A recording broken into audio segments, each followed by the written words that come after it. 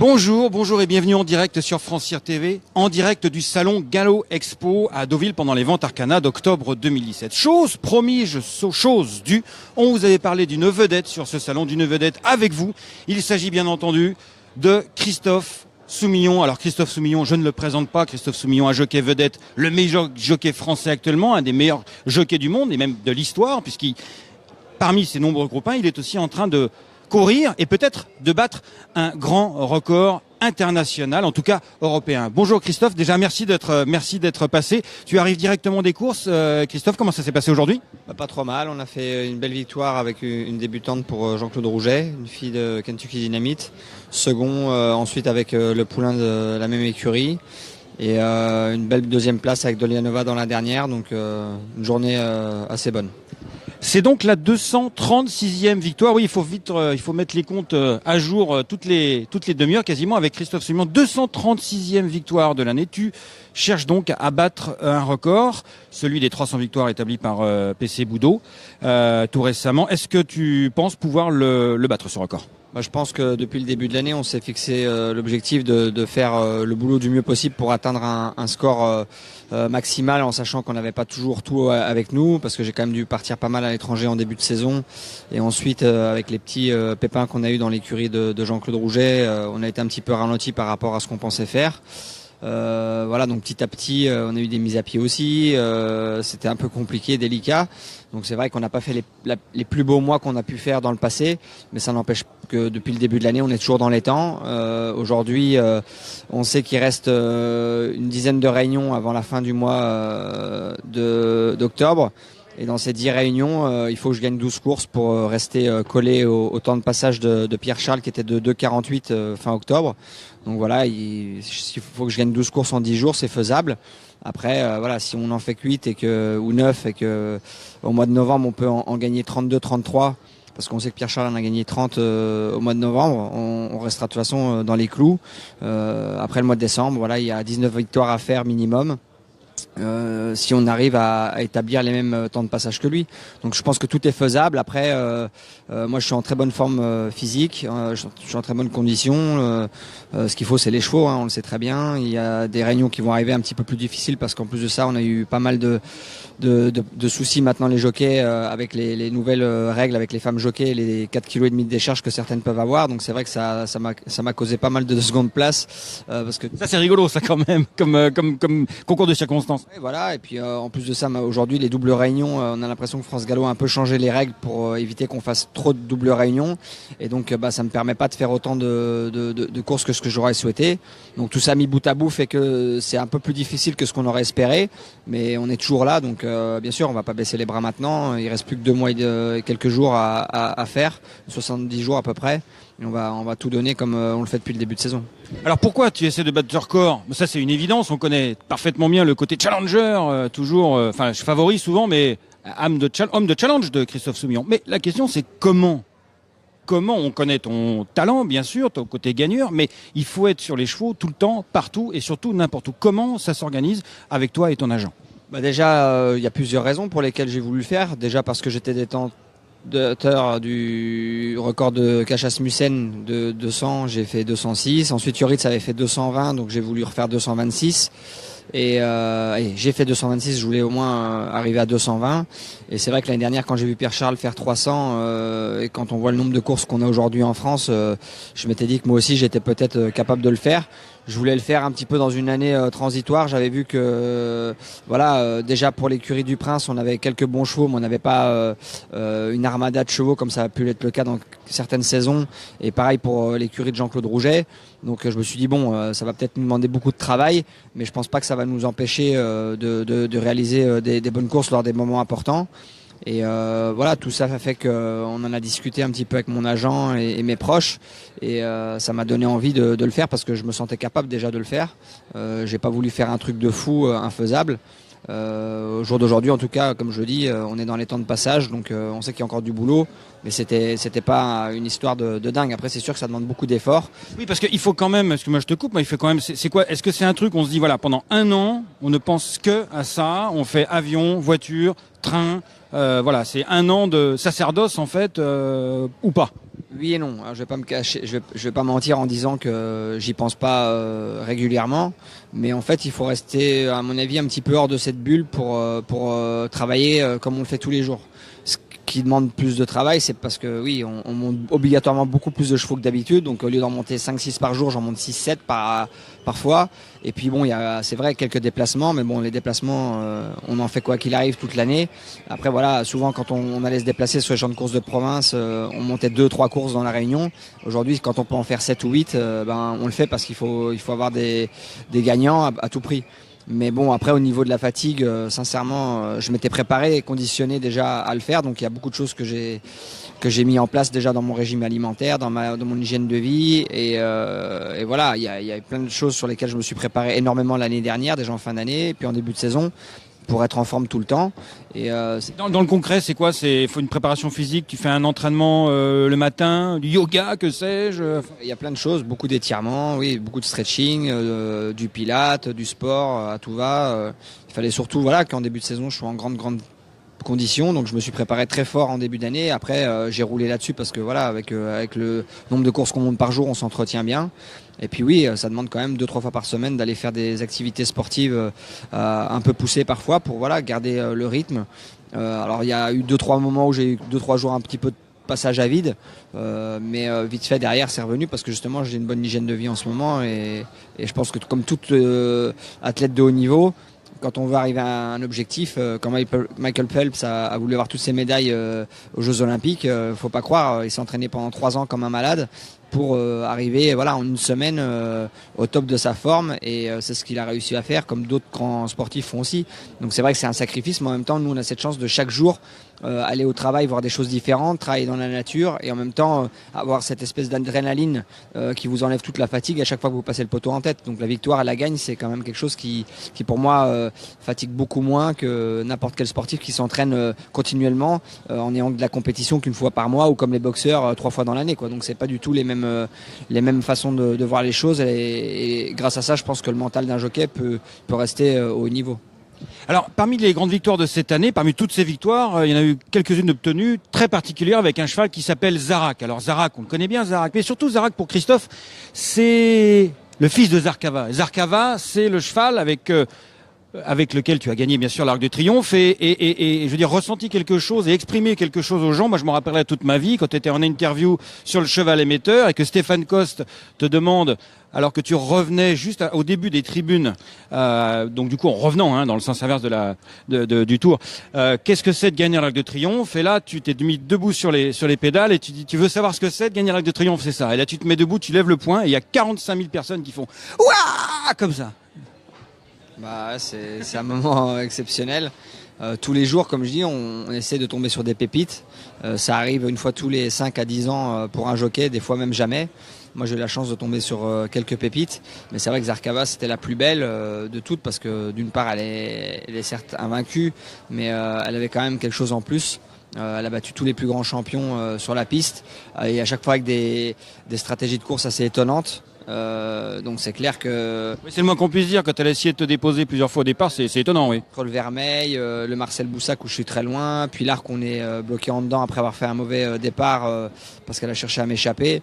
Tout ça mis bout à bout fait qu'elle a toujours réussi à se ressortir des situations très difficiles et je pense que oui, sa ligne droite dans le Vermeil restera historique comme pour une préparatoire parce qu'on avait rarement vu un cheval être capable de refaire autant de longueur. Tout en conservant des cartouches pour la grosse derrière. Donc oui, c'était quelque chose d'assez exceptionnel. Et puis oui, cette année, on a eu Zarak. Ah, c'est pas le même cheval, Zarak. Comment il est? Comment tu le décris? C'est un cheval qui était assez émotif, très sensible. Donc il fallait vraiment le prendre dans le bon sens. Et après, c'est un cheval qui avait par contre une grosse faculté d'accélération, comme sa mère. Un cheval qui était capable de faire aussi bien main gauche que main droite. Après, il a très bien couru aussi en ligne droite. A priori, au départ, on était basé vraiment sur des 1600 et 2000 mètres, parce que le programme des 3 ans est plutôt fixé là-dessus. Et cette année, on s'est plutôt fixé sur 2000-2004 et au final, c'est ce qui lui a convenu le mieux. On peut voir sa course dans le Grand Prix de Saint-Cloud. Il a vraiment été très relax tout au long de la course. Et quand il est venu entrer ligne droite, on voit qu'il gambade et il était capable de très bien accélérer et de repousser les attaques. Après, ces deux chevaux, c'est vrai qu'ils sont assez différents parce que Zarkava était assez petite. Lui, c'était quand même un plus beau cheval, plus costaud. Normal, c'était un mâle déjà, mais oui, c'est un cheval qui a une grosse faculté d'accélération.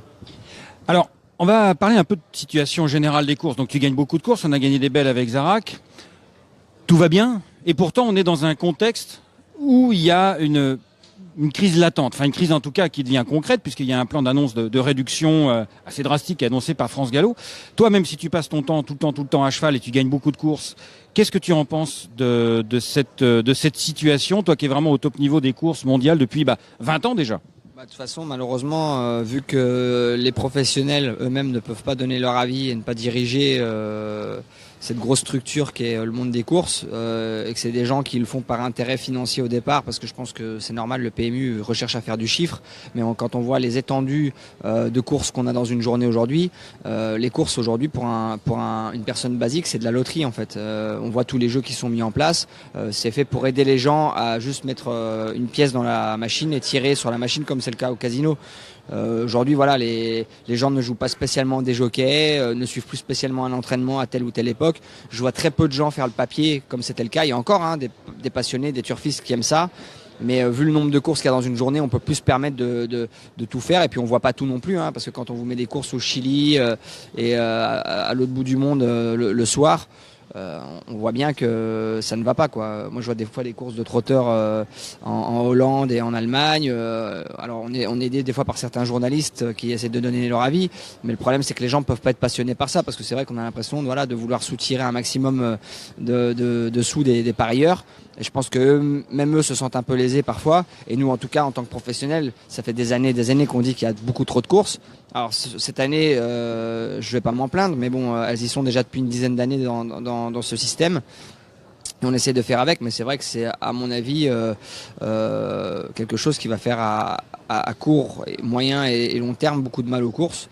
Une ficelle qui a permis d'augmenter les chiffres du PMU, et donc les gains, mais les ficelles se cassent, tu crois, tu le sens toi? Oui, bien sûr. Et puis aujourd'hui, on sait très bien que plus ça va, plus ça coûte cher d'employer des salariés. Et quand on voit le nombre de réunions qu'il faut faire, transporter les gens partout, faire des meetings et tout ça, ça coûte énormément d'argent.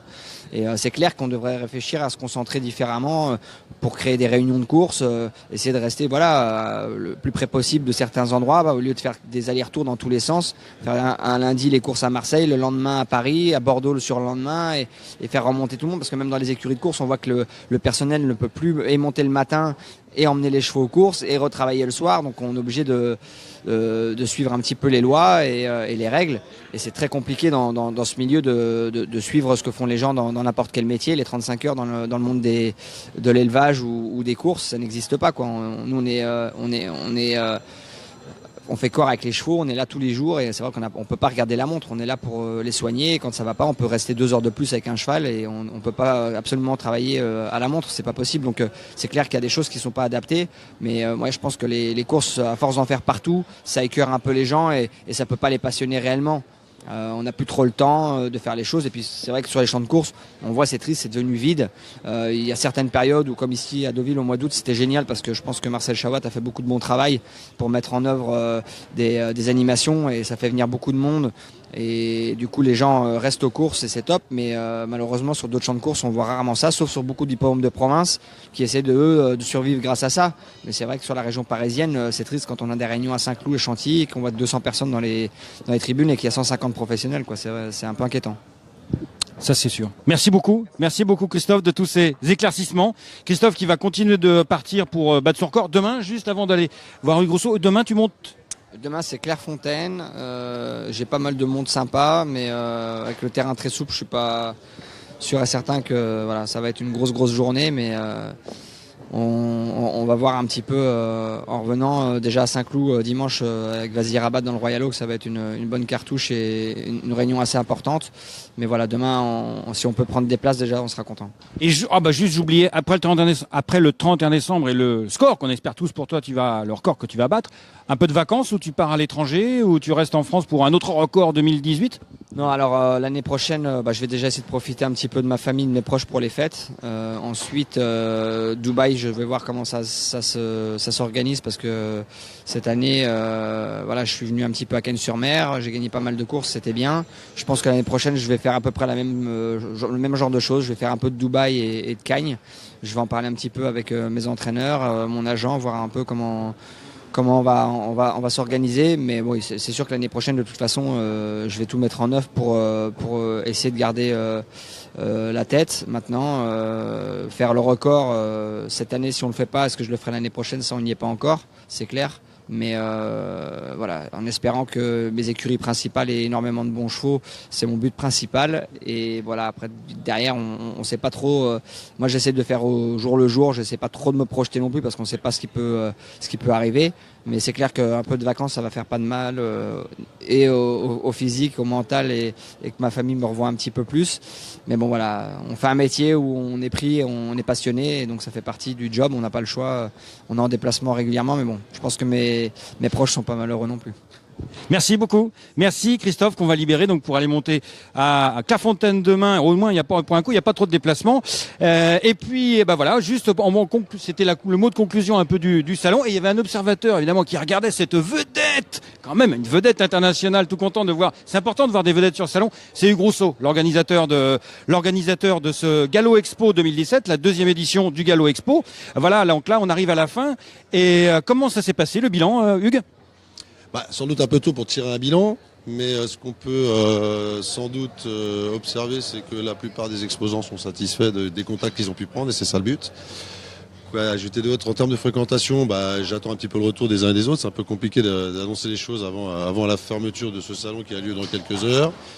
Et je crois que les gens ont quand même apprécié la qualité de l'organisation, donc ça c'est notre boulot et c'est quand même prépondérant pour donner satisfaction. Est-ce qu'on rappelle un peu le principe quand même du salon Gallo Expo, parce que c'est tout nouveau, c'est la deuxième édition seulement. Le salon Gallo Expo a pour objectif de favoriser les contacts entre tous les gens de la partie. Alors sur une partie d'abord fournisseurs qui sont en majorité avec tous les professionnels de tous les profils, entraîneurs, éleveurs, propriétaires, tous les gens qui sont impliqués, dirais-je. Deuxièmement, de profiter d'une synergie évidemment créant de l'évidence entre les courses puisqu'il y a course tous les jours, les ventes puisqu'il y a vente tous les jours, et en faisant en plus en termes d'implantation la jonction entre les courses et les ventes. Et il y a beaucoup dans les exposants. Donc là, on était à côté de pas mal d'étalonniers, mais il y a tout. Hein. Ici, là, derrière nous, il y a du matériel. Et là, on va arriver voir. Là, il y a de la nutrition. Enfin, il y a tout. Hein. Tu peux nous expliquer un petit peu? Alors, on fait pas une mise en place avec des thèmes particuliers. Tout est un peu mixé, mais effectivement, on retrouve les corps de métier les plus usuels dans Paris Manifestation, l'alimentation, l'équipement, les constructions. On retrouve aussi, et c'est intéressant, tous les produits innovants, nouveaux. Connectés pour certains, donc ça c'était le thème je te coupe, excuse-moi, c'était le thème de l'an dernier, l'innovation. C'est toujours très important cette année. Oui, parce que si les professionnels se déplacent, c'est pour apprendre des choses. Si c'est pour toujours voir la même chose, ça n'a aucun intérêt. Et donc je crois que chaque année, toutes les structures s'appliquent à justement surtout mettre ça en évidence. Et l'année prochaine, on pense déjà, bien sûr, je sais que tu prévois longtemps les choses à l'avance. Déjà cette année, ça avait doublé de volume quasiment. Hein. On a augmenté la surface pour permettre notamment au gros matériel, je pense notamment aux carrossiers, de pouvoir présenter leur matériel et d'être non moins associés à leur stand, ce qui n'était pas le cas l'année dernière. On est sur, je pense, la taille normale et aboutie de ce salon. Je pense que le sens de circulation est assez apprécié. Bon, on a déjà 2-3 pistes, 2-3 réflexions pour améliorer le salon. Je pense notamment par exemple à ce qu'on voit à l'instant, on passe devant un village où il y a plus de choses qui concernent l'art. Très bien, c'est juste là, voilà, juste là, on va le voir. Regardez, ils sont là, effectivement. L'art qui est là et les camions dont on parlait, ils sont juste derrière. Effectivement, c'est très joli. Là, je reconnais la casaque de Moussac qui est là, la casaque du Haras du Mézeray. Et l'essence même de ce salon, parce que c'est un salon professionnel, c'est un salon de galopeurs. C'est pas le salon du cheval, faut quand même dire. C'est un salon de cheval, mais pas le salon du cheval. C'est délibérément et exclusivement sur le thème du galop qu'on aborde le sujet, c'est-à-dire, ça s'appelle Gallo Expo.